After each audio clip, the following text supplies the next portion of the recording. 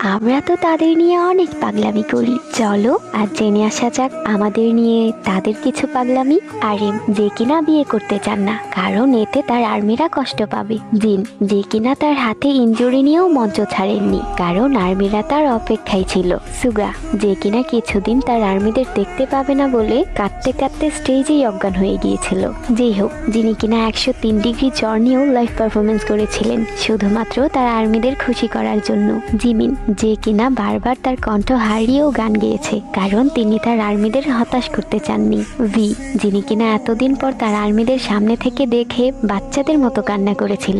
Jungkook, যিনি কিনা ভারী বৃষ্টি ও কুয়াশার মধ্যেও পারফরমেন্স করেছে, কারণ তিনি তার আর্মিদের খুশি দেখতে চান। আর এতে করেই বোঝা যায় আমরা যে শুধু তাদের ভালোবাসি এই না, আমাদের থেকেও তারা আমাদের লক্ষ কোটি গুণ বেশি ভালোবাসে।